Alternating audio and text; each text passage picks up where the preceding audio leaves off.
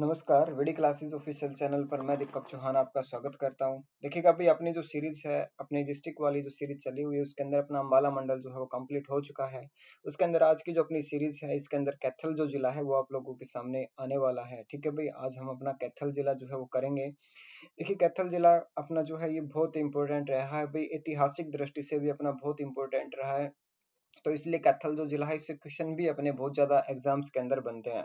तो यहाँ पे भी अपने कैथल जिले को आगे करते हुए भी चलते हैं। ठीक है, ज्यादा टाइम खराब ना करते हुए क्योंकि एग्जाम आपका नजदीक है, तो अपना ज्यादा टाइम खराब ना करते हुए अपने कैथल टॉपिक पे चलते हैं।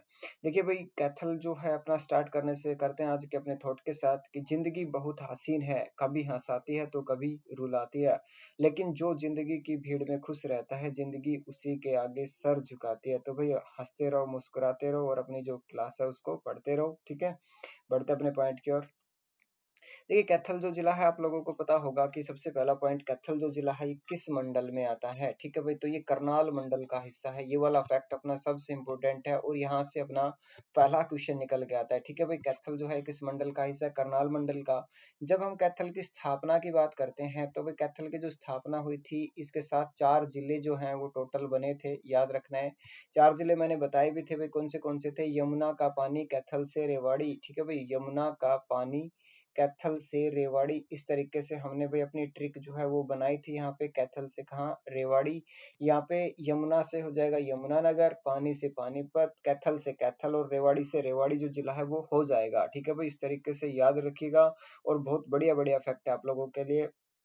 तो भाई यहाँ पे इन सभी की जो स्थापना हुई थी कब हुई, 1 नवंबर 1989 को हुई है। अब यहाँ से अपना एक फैक्ट और निकल के आता है कि हरियाणा के कितने जिले ऐसे हैं जो अपना स्थापना दिवस 1 नवंबर को मनाते हैं। तो भाई हरियाणा में ऐसे कितने जिले हैं टोटल, तो देखिएगा 1 नवंबर 1966 को हरियाणा बना तब 7 थे और 4 ये हैं, तो टोटल कितने हो गए, 11 जिले जो हैं वो अपने 1 नवंबर को अपना स्थापना दिवस मनाते हैं। ठीक है, याद रखना है भाई। उसके बाद जब हम बात करते हैं तो अपने और भी फैक्ट्स निकलते हैं यहाँ से ही, इसी मैप के अंदर से। देखिएगा यहाँ पे जब हम बात करते हैं तो अपना एक फैक्ट निकल के आता है क्या भाई, कि जो कैथल है ये पंजाब की सीमा को स्पर्श करता है। ठीक है भाई, किसके साथ लगता है, ये पंजाब राज्य के साथ अपनी सीमा जो है वो स्पर्श करता है। तो यहाँ पे अपना पॉइंट निकलता है। इसके अलावा जब हम बात करते हैं तो कैथल जो है इसके अंदर जो विधानसभा सीटें हैं वो कौन सी हैं और कितनी हैं, उनके बारे में भी हमें यहाँ पे पॉइंट देखना है। देखिए कैथल जो है यहाँ पे एक विधानसभा सीट है, कलायत है, पुंडरी है, उसके अलावा एक नाम आता है गुहला चिका का। ठीक है, ये यहाँ पे 4 विधानसभा सीटें हैं जो इम्पोर्टेंट है अपने लिए। ठीक है भाई, याद रखनी है। इनमें से गुहला चिका जो है ये विधानसभा में एससी रिजर्व सीट आती है भाई कैथल की। ठीक है, और कैथल जिले से अपना नेशनल हाईवे गुजरता है, कौन सा भाई, 152। ठीक है भाई, कौन सा गुजरता है, 152। लेकिन अभी की बात करते हैं तो एक नेशनल हाईवे और जो अपना कैथल से होकर निकलता है, कौन सा, 152D जो है वो भी अपना कैथल से होके निकलता है, याद रखना है, इंपॉर्टेंट पॉइंट है। ठीक है, तो यहाँ पे कैथल के बारे में हमने बताया, कैथल जो अपनी सीमा है वो किस राज्य के साथ लगाता है भाई, पंजाब राज्य के साथ अपनी सीमा लगाता है। बढ़ते हैं नेक्स्ट पॉइंट की ओर। देखिए हमने भी बताया कैथल की स्थापना 1 नवंबर 1989 को हुई है। ठीक है, दूसरा पॉइंट, कैथल की जो स्थापना हुई है 1 नवंबर 1989 को, तो इसके साथ कितने जिले बने थे भाई, अपने 3 जिले और बने थे, टोटल 4 जिले बने थे कैथल सहित। ठीक है, नेक्स्ट पॉइंट, कैथल का उपनाम जो है वो किस नाम से हम कैथल को जानते हैं, ये पॉइंट भी इंपॉर्टेंट है। तो भाई कपिल ऋषि की नगरी। ठीक है भाई, जो कपिल ऋषि हैं उनकी नगरी जो है वो कैथल को कहा जाता है और हरियाणा की छोटी काशी जो है वो कैथल को कहा जाता है। तो भाई हरियाणा की छोटी काशी जो इसको क्यों कहा जाता है, क्योंकि यहाँ पे नवग्रह कुंड है। देखिए हमने यहाँ पे एक लाइन दे रखी है नीचे, नवग्रह कुंड के कारण हरियाणा की छोटी काशी जो है वो कहा जाता है भाई कैथल को। कैथल का क्षेत्रफल जो है ये अपना है 2317 वर्ग किलोमीटर। लिंगानुपात की बात करते हैं तो लिंगानुपात 881 है भाई यहाँ का। ठीक है, जनसंख्या घनत्व की बात करते हैं तो 464 व्यक्ति प्रति वर्ग किलोमीटर आता है। साक्षरता दर की बात करते हैं तो 69.81, 69.81 जो है इसकी साक्षरता दर है। विधानसभा सीटों के बारे में हमने अभी पढ़ा कि विधानसभा सीटें कितनी है भाई, 4 हैं। नंबर 1 कैथल, दूसरी कलायत, घूला चीका और पुंडरी। घूला चीका जो है ये विधानसभा में एससी रिजर्व सीट है, याद रखना है। तो हरियाणा की विधानसभा के अंदर टोटल 17 सीटें जो है वो कैसी है, एससी रिजर्व है। तो यहाँ पे इन 17 सीटों के बारे में याद रखना है। अगला पॉइंट की ओर देखिए भाई, अपना जो वीडियो क्लासेस है इसके ऊपर अपना टेलीग्राम चैनल, यूट्यूब चैनल और अपना जो व्हाट्सएप ग्रुप है इन सभी को ज्वाइन कर सकते हैं। अपना जो यूट्यूब चैनल का लिंक लिंक है और टेलीग्राम का लिंक है, ये सारे लिंक आपके इस वीडियो के डिस्क्रिप्शन में आपको दे दिए गए हैं। तो अपना भाई ज्वाइन करिए, ठीक है। और अपना व्हाट्सएप ग्रुप ज्वाइन करने के लिए अपने इन नंबर पे आप कॉन्टेक्ट कर सकते हैं, ठीक है। नेक्स्ट पॉइंट, अब यहाँ पे कैथल जो है इसके अंदर अपने भाई आपने सुना होगा दिल्ली सल्तनत काल में मुख्य रूप से 5 राजवंशों ने राज किया था यहाँ पे, ठीक है। 5 राजवंश जो थे उन राजवंशों के अंदर नाम आता है भाई किसका, सबसे पहला गुलाम वंश का। और गुलाम वंश के अंदर भाई सबसे पहला नाम हम यहाँ पे कैथल में लेते हैं किसका, रजिया सुल्तान का। देखिए रजिया सुल्तान जो है किस वंश की महिला शासिका थी, तो भाई ये गुलाम वंश की महिला शासिका थी, ठीक है। यहाँ पे क्वेश्चन एक और निकलता है कि दिल्ली राजगद्दी पर बैठने वाली पहली और आखिरी महिला मुस्लिम शासिका कौन थी, तो उसके लिए नाम किसका आता है भाई, रजिया सुल्तान का नाम आता है, याद रखना है। अब पॉइंट निकला अपना भी, रजिया सुल्तान जो है ये रजिया सुल्तान किसकी पुत्री थी, तो भाई ये इल्तुतमिश की बेटी थी, ठीक है, याद रखना। और इसका जो शासन काल रहा ये 1236 से 1240 तक इसका शासन काल जो है वो चला था, ठीक है भाई, याद रखना है। तो रजिया का शासन काल पूछ लिया जाता है तो 1236 से 1240 तक इसका शासन काल रहा। इसके बाद रजिया की बात करते हैं तो रजिया ने याकूत को आमिर ए आखुर पद दिया, ठीक है भाई। ये रजिया ने एक हबसी नाम से हम बात करते हैं तो याकूत था कोई, ठीक है, याकूत जो इसका प्रेमी था उसको आमिर ए आखुर पद दिया था इसने, ठीक है, याद रखना। इससे प्रेम करता था और ये खुद भी इससे प्रेम करती थी तो इसको आमिर ए आखुर पद इसने दिया था। दूसरा पॉइंट हम बात करते, सॉरी, याकूत जो है ये इससे प्रेम करता था, ठीक है। और ये जो रजिया सुल्तान थी ये अल्तुनिया से जो है ये प्रेम करती थी, तो अल्तुनिया जो है ये कहाँ का शासक था भाई, बठिंडा का राजा था, ठीक है, इससे इसने शादी की थी। अब रजिया सुल्तान की बात करते हैं तो रजिया सुल्तान की हत्या जो है 13 अक्टूबर 1240 को हुई, कहाँ पे हुई भाई, कैथल के निकट हुई, याद रखना है। रजिया सुल्तान का मकबरा कहाँ पे है, तो भाई कैथल में है, ठीक है, याद रखना है। तो हत्या हुई इसकी 13 अक्टूबर 1240 को, और ये क्वेश्चन अपना एग्जाम में पूछा जा चुका है और आगे भी पूछे जाने की संभावना है। उसके बाद रजिया सुल्तान का मकबरा हमने अभी बताया कैथल में है, लेकिन कैथल में भी रोड जो है ये रोड पूछा गया है कि कौन से रोड पे है, तो भाई संगरूर रोड के ऊपर कैथल के अंदर जो है भाई ये रजिया सुल्तान का मकबरा है। और इस मकबरे की मरम्मत या फिर जीर्णोद्धार जो है वो किसने करवाया था, तो वहां पे नाम किसका आता है भाई, अकबर का नाम आता है, याद रखना है, ठीक है। इतने पॉइंट अपने रजिया सुल्तान को लेके। उसके बाद अपना जो है गुलाम वंश के बाद अगला वंश आता है खिलजी वंश। खिलजी वंश के अंदर नाम आता है भाई जलालुद्दीन खिलजी का, ठीक है। जलालुद्दीन खिलजी खिलजी वंश का संस्थापक था और ये कैथल के अंदर पहले भाई 1290 में यहाँ का मुफ्ती रह चुका था, ठीक है। 1290 के अंदर ये कैथल का मुफ्ती था, उसके बाद इसने खिलजी वंश की स्थापना की और दिल्ली का सुल्तान बना। उसके बाद यहाँ पे इसने कलायत के अंदर मंडार राजपूतों के साथ संघर्ष किया, ठीक है भी, मंडार राजपूतों के साथ इसका संघर्ष हुआ था। लेकिन यहाँ पे बात करते हैं तो एक पॉइंट निकलता है कि 1530 में मोहन सिंह मंडार ने बाबर के साथ कैथल में संघर्ष किया, ठीक है, देखना। यहाँ पे बाबर ने डायरेक्ट तरीके से भाई यहाँ पे मोहन सिंह मंडार के साथ संघर्ष नहीं किया, बाबर का कोई कैंडिडेट था, ठीक है, बाबर का एक सेनापति रहा है, ठीक है, उसके द्वारा यहाँ पे भाई मंडार के साथ संघर्ष किया गया था। लेकिन यहाँ पे बाबर का नाम लिया जाता है कि 1530 में मोहन सिंह मंडार के साथ कैथल में संघर्ष हुआ था, किसका भाई, बाबर का, ठीक है। उसके बाद तैमूर की बात करते हैं, सुनिएगा।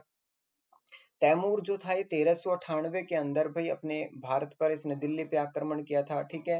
अब यहाँ पे जब बात करते हैं तो 1398 के अंदर इसने हिसार, फतेहाबाद, कैथल और सिरसा पर आक्रमण किया, याद रखना भाई। हरियाणा के कौन से जिलों पर आक्रमण किया इसने, हिसार, फतेहाबाद, कैथल और सिरसा। लेकिन यहाँ पे कैथल और फतेहाबाद के बीच में एक जींद जिला आता है, ठीक है भाई।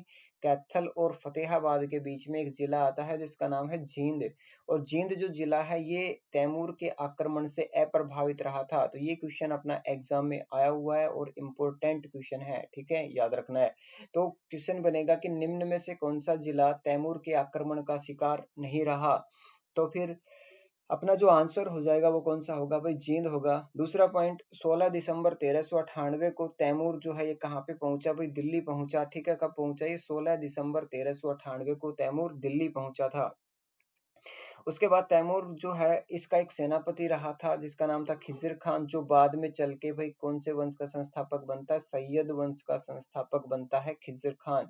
तो क्वेश्चन अपने यहाँ से भी निकलता है क्या भाई कि सैयद वंश का संस्थापक कौन था, तो भाई सैयद वंश का जो संस्थापक था उसका नाम था खिज़िर खान। और खिज़िर खान जो है इस वंश की स्थापना करने से पहले किसकी सेना में सेनापति था, तो तैमूर लंग की सेना के अंदर ये क्या था, सेनापति था। ठीक है, बढ़ते हैं नेक्स्ट पॉइंट की ओर। देखिए राजा उदय सिंह का जो किला है वो अपना कहाँ पे है भाई, कैथल में है। क्वेश्चन अपना यहाँ से भी निकलते हैं, राजा उदय सिंह का किला ये कैथल में है। उसके बाद 1843 में कैथल का विद्रोह का नेतृत्व उदय सिंह की पत्नी सूरज कौर, गुलाब सिंह तथा साहिब कौर के साथ मिलकर किया था। देखिए यहाँ पे पॉइंट है अपना भाई याद रखने का कि कैथल का विद्रोह कब हुआ, तो 1843 में हुआ। किसके नेतृत्व में हुआ, तो भाई राजा उदय सिंह जो है उनकी पत्नी सूरज कौर के नेतृत्व में हुआ। और उन्होंने किन के साथ मिलकर इस नेतृत्व किया था भाई, यहाँ पे गुलाब सिंह और साहिब कौर के साथ मिलकर इनका नेतृत्व किया था इस क्रांति का। ठीक है, इसके अलावा यहाँ पे बात करते हैं तो कुछ मंदिर जो है कैथल के अंदर इंपोर्टेंट निकल के आते हैं। भाई कैथल के पुंडरिक में एक प्राचीन शिव मंदिर है। ठीक है भाई, प्राचीन शिव मंदिर कैथल का जो है वो कहाँ पे है, पुंडरिक में है।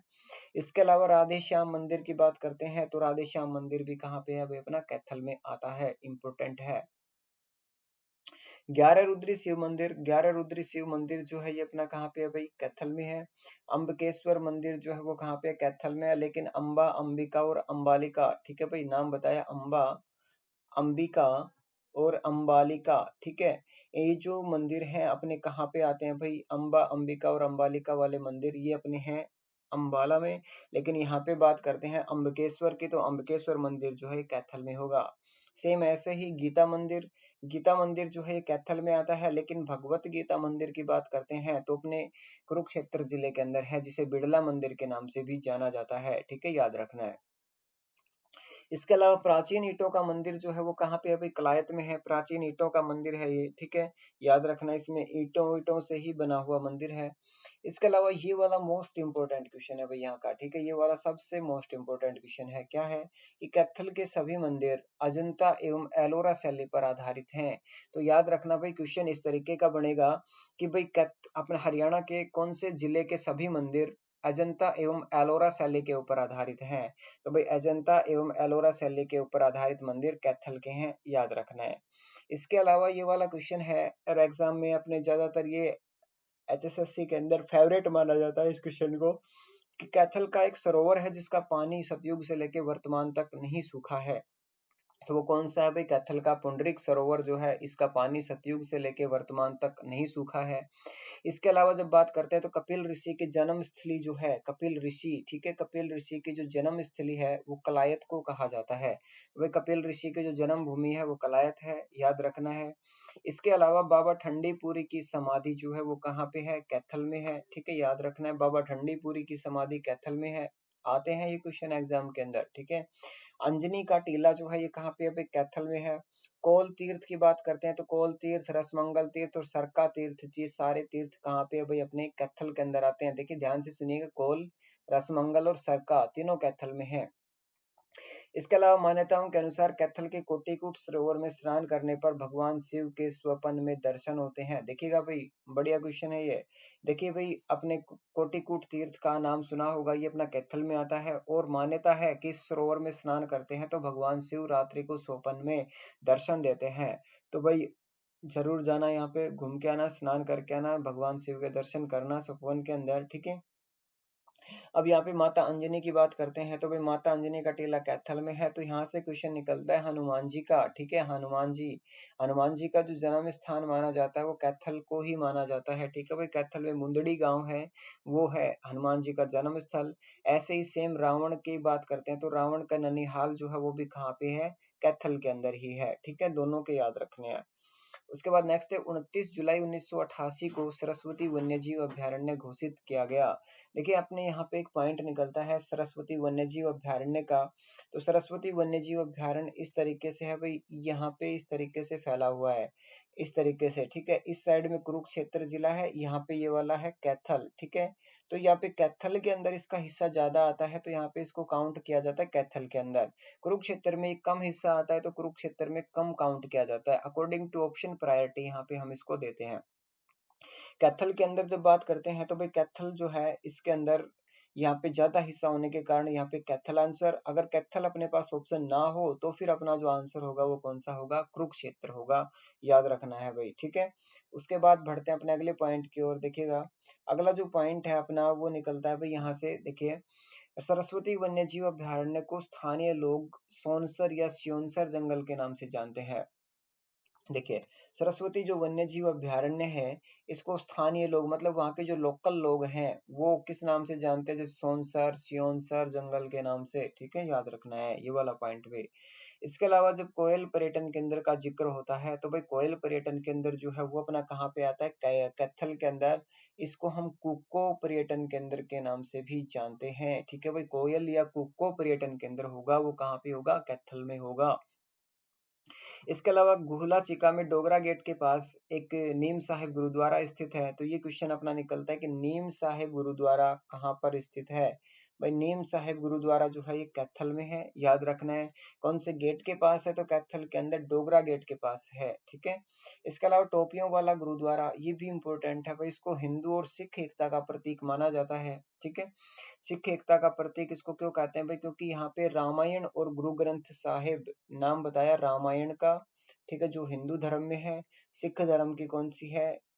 रामायण। और दूसरा बताया सिखों के लिए ये जो अपनी आती है ना सिखों की पुस्तक है, धार्मिक पुस्तक, ठीक है, याद रखना है। तो यहाँ पे टोपियों वाला गुरुद्वारा, इसमें रामायण बताया और दूसरा है जो सिखों की पवित्र पुस्तक है जिसका नाम है गुरु ग्रंथ साहिब, ठीक है भाई। क्या नाम बताया? गुरु ग्रंथ साहिब। ये जो है दोनों एक साथ पढ़ी जाते हैं यहाँ पे, ठीक है, इसलिए इसको हिंदू और सिख एकता का प्रतीक कहा जाता है, याद रखना है मेरे भाई। इसके बाद यहाँ पे श्री मांझी साहिब गुरुद्वारे की बात करते हैं। तो भाई श्री मांझी साहिब गुरुद्वारा कहाँ पे है? कैथल में है। अब यहाँ से भी अपने फैक्ट बनते हैं जो हमें याद रखने हैं। देखिएगा, यहाँ पे हमने बोला श्री मांझी साहिब, श्री मांझी साहिब गुरुद्वारा जो है वो कहाँ पे अभी अपना कैथल में है। लेकिन बोले अपने से केवल मांझी साहिब, तो मांझी साहिब अपना अंबाला में हो जाएगा, ठीक है। इसके अलावा बोले गुरुद्वारा मांझी साहिब, तो भाई गुरुद्वारा मांझी साहिब जो होगा ये कहाँ पे होगा? अपना रोहतक के अंदर होगा। तीनों क्वेश्चन के अंदर डिफरेंस याद रखना है। श्री मांझी साहिब कैथल, मांझी साहिब अंबाला और गुरुद्वारा मांझी साहिब रोहतक में है। इसके अलावा हम बढ़ते हैं भाई अपने अगले पॉइंट की ओर। देखिएगा, यहाँ पे बात है भाई 960 वर्ष पुरानी लगभग जो है एक पुरानी मीरा नव बहार पीर की मजार है। तो मीरा नव बहार पीर की मजार कहाँ पे है भाई? कैथल में है। जिसे हिंदू और सिख, सॉरी, हिंदू और मुस्लिम एकता का प्रतीक माना जाता है, ठीक है भाई। हिंदू और मुस्लिम एकता का प्रतीक माने जाने वाली मजार कौन सी है? मीरा नव बहार पीर की मजार। और ये जो मजार है ये कहाँ पे है भाई? अपनी कैथल जिले के अंदर आती है। इसके अलावा नेक्स्ट पॉइंट अपना भाई शेख तैयब का गुंबद जो है वो कहाँ पे है? तो भाई शेख तैयब का गुंबद कैथल में है। इसके अलावा दूसरा पॉइंट भाई फल्गु का मेला जो है वो फरल गांव में लगता है। और कौन कहाँ पे है? ये फरल गांव कैथल में है। और ये क्वेश्चन एग्जाम में आया हुआ है, ठीक है, इसको हम इम्पोर्टेंट करके चलते हैं। अब दूसरा पॉइंट, फरल गांव में ये मेला लगता तो है, कब लगता है भाई? फागुन माह के अंदर लगता है, याद रखना है। इसके बाद यहाँ पे बावन द्वादशी का मेला की बात करते हैं। तो बावन द्वादशी का मेला कैथल रेलवे स्टेशन के पास लगता है। उसके बाद लाला काकाराम कैथल से स्वतंत्रता सेनानी रहे हैं, ठीक है भाई। लाला काकाराम स्वतंत्रता सेनानी जो है इसका संबंध कहाँ से है? तो भाई लाला काकाराम जो है कैथल से स्वतंत्रता सेनानी रहे हैं। दूसरा, कैथल में एक जवाहर नवोदय विद्यालय भी है जो कैथल के टीटराम में है, ठीक है भाई। कैथल के टीटराम में जवाहर नवोदय विद्यालय है कैथल का, याद रखना है। कैथल का सबसे पुराना महाविद्यालय है भाई एक, ठीक है, कैथल का सबसे पुराना महाविद्यालय जिसे हम राधा कृष्ण सनातन धर्म महाविद्यालय के नाम से जानते हैं। तो भाई याद रखना कैथल का सबसे पुराना महाविद्यालय कौन सा है, कॉलेज कौन सा है? तो राधा कृष्ण सनातन धर्म महाविद्यालय है। इसकी जो स्थापना हुई ये कब हुई? तो भाई 1954 में इसकी स्थापना हुई है, याद रखना है, ठीक है। इंपॉर्टेंट फैक्ट यहाँ से निकलता है। उसके बाद महर्षि वाल्मीकि संस्कृत विश्वविद्यालय कैथल के मुंदड़ी में है। देखिए, महर्षि वाल्मीकि की बात करते हैं, ठीक है। महर्षि वाल्मीकि वही है जिन्होंने रामायण लिखी है। तो महर्षि वाल्मीकि विश्वविद्यालय जो कैथल के मुंदड़ी में है, और मुंदड़ी अभी बताया था मैंने, हनुमान जी के जो ननिहाल है, ठीक है, हनुमान जी का जो जन्म हुआ था वो कहाँ पे हुआ था? मुंदड़ी में हुआ था, ठीक है। तो यहाँ पे भाई हरियाणा सरकार के द्वारा संस्कृत विश्वविद्यालय बनाया गया है एक महर्षि वाल्मीकि के नाम से, जिसको भाई अनुसूचित जाति के लिए बनाया गया, स्पेशल अनुसूचित जाति के लिए यहाँ पे घोषणा की गई है इसकी। और इसकी जो घोषणा की गई ये कब की गई? 25 अक्टूबर 2015 को इसकी घोषणा की गई है। नेक्स्ट पॉइंट अपना भाई 1970 में इंदिरा महिला विश्वविद्यालय जो है ये कैथल में स्थापित किया गया। ठीक है, इंदिरा महिला विश्वविद्यालय, देखिए यहाँ पे इंदिरा गांधी नहीं है, ओनली इंदिरा है, याद रखना, इंदिरा महिला विश्वविद्यालय कैथल में स्थापित किया गया है। इसके अलावा प्रसिद्ध लदाना धाम की बात करते हैं तो भाई लदाना धाम जो है ये कहाँ पे अभी कैथल में है, जहां पर अक्टूबर माह में 7 दिन के लिए देहाती मेला लगता है। ठीक है, 7 दिन के लिए कौन सा मेला लगता है यहाँ पे भी देहाती मेला। और ये वाला क्वेश्चन अपना बहुत इंपॉर्टेंट है और HSSC ग्रुप डी के अंदर ये एग्जाम में क्वेश्चन पूछा गया था। ठीक है, याद रखना है। उसमें क्वेश्चन आया था कि प्रसिद्ध देहाती मेला किस जिले में लगता है, तो जिला कौन सा है, कैथल है। और उसमें ऑप्शन करनाल भी था, तो करनाल इसका आंसर नहीं था, इसका आंसर कौन सा था भाई, कैथल था। ठीक है, इंडोर या फिर इंदौर स्टेडियम जो है वो कहाँ पे है भाई, कैथल के अंदर है, याद रखना है, इंडोर या इंदौर स्टेडियम जो है कैथल में है। और उसके बाद सबसे इम्पोर्टेंट, मोस्ट इम्पोर्टेंट क्वेश्चन आता है भाई, कैथल का जो वर्णन है वो किस वेद में मिलता है, तो भाई यजुर्वेद के अंदर कैथल का वर्णन जो है वो मिलता है। इसके अलावा ये वाला जो है ये एग्जाम में आया हुआ है भाई अपना HSSC के अंदर, विद क्यार या वृहद केदार झील कैथल में स्थित है। ठीक है भाई, वृहद केदार और विद क्यार जो झील है वो कहाँ पे है, तो इसका आंसर हम अपना क्या बताएंगे भाई, कैथल बताएंगे। ठीक है, याद रखना है। देखिए अपनी क्लास जो है वो इस तरीके से अपनी बहुत बढ़िया कंटेंट के साथ आप लोगों के साथ साझा करेंगे हम। ठीक है, तो अपनी क्लासेस से जुड़े रहना भाई, अपनी क्लासेस डेली बेसिस पे आप लोगों के सामने आएंगी अब। ठीक है, जो भी अपनी क्लासों के अंदर कोई भी अपने को डाउट रहता है तो भाई आप कमेंट जरूर करिएगा। ठीक है, दूसरा पॉइंट यहाँ पे भी अपने चैनल को, टेलीग्राम चैनल जो है, यूट्यूब चैनल है और व्हाट्सएप ग्रुप है, इन सबको ज्वाइन जरूर करना है। और देखिए भाई आप लोगों की सपोर्ट रहेगी तो हम आप लोगों को और भी अच्छा अच्छा, इससे भी बेहतरीन बेहतरीन कंटेंट आप लोगों के साथ शेयर करेंगे। और ऐसे में भाई आप लोग क्या करेंगे, आप सिलेक्शन के नजदीक जाएंगे यहाँ पे। ठीक है, और HSSC के द्वारा पूछे जाने वाले या फिर SSC के एग्जाम्स के अंदर जो क्वेश्चन पूछे जाते हैं वो सभी आप लोगों को बहुत बढ़िया तरीके से, बढ़िया अंदाज में और बेहतरीन कंटेंट के साथ आप लोगों के सामने हम पेश करेंगे। ठीक है, आज के लिए इतना ही, थैंक यू।